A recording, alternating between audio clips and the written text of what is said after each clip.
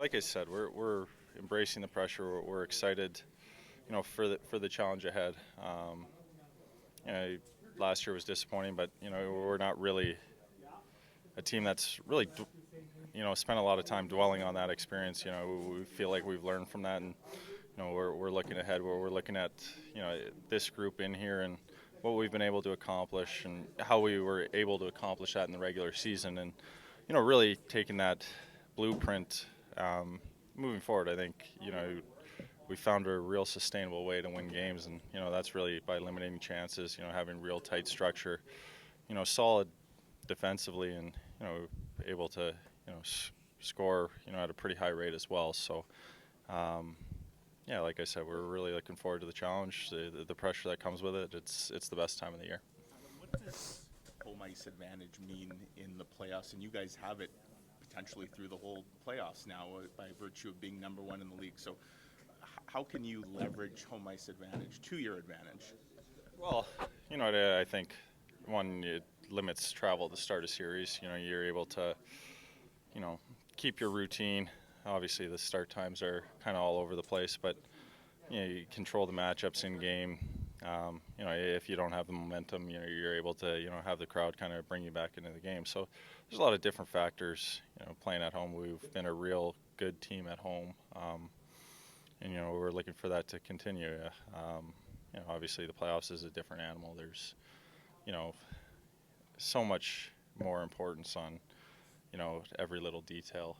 Every goal can be the difference. So anytime you can kind of control the matchups, control just the environment you're in more often than not, I think it certainly helps. How much of an asset was it, Adam, to have this race go to 78, 79, even game 80 before you clinch the division title?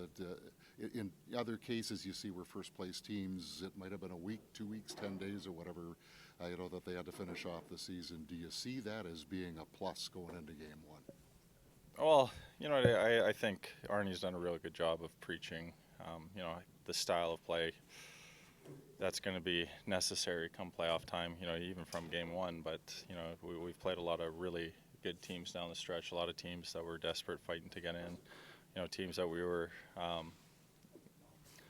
fighting and jockeying with for position down the stretch. So, it certainly helps to kind of know, what it takes to be successful. At the same time, there's another gear, there's another level that, you come to expect at this time of the year. So,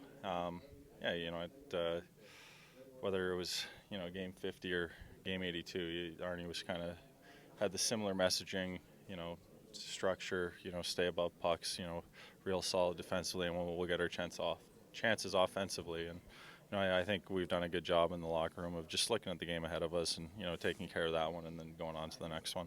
Even after all these years, Adam, is it still a rush to come out of that runway into that whiteout for the first time in the postseason?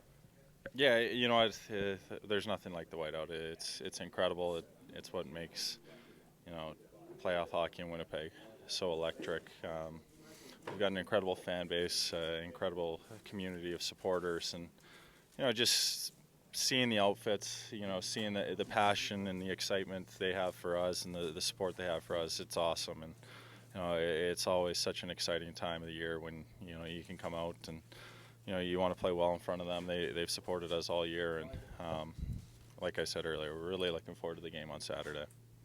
Different animal physically too. How better equipped or better built do you guys feel maybe this year than years past that way physically? In the physical aspect? Okay, yeah.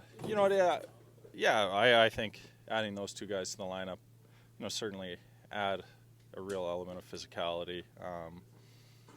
But it's more just winning battles. I think Schenner does a real good job of stopping the cycle, and sometimes especially on the road, you're in an opposing building. They get cycling. It really brings the crowd into it. You have a few guys that can kind of limit those cycle chances, kind of stop the cycle before it gets going. And maybe the building doesn't get into it, and Rusty's so tenacious. He can kind of bring the building to his feet, just with his forecheck, kind of with his Tasmanian devil-like energy. So, But I think up and down the lineup, whether guys are running guys over or just going in to win battles, the physicality comes in all different forms, and I think we've done a real good job of focusing on winning whoever you're matched up against, winning whoever you're lining up against, and I expect that to be the same come puck drop. You got the #1 goalie in the league in a lot of categories, yet the players' poll has him ranked at number 3, and you guys aren't, as a team, not getting a ton of respect either, maybe as the #1 favorite. Does this all go hand in hand with previous playoff lack of success, you think, or what's behind all that?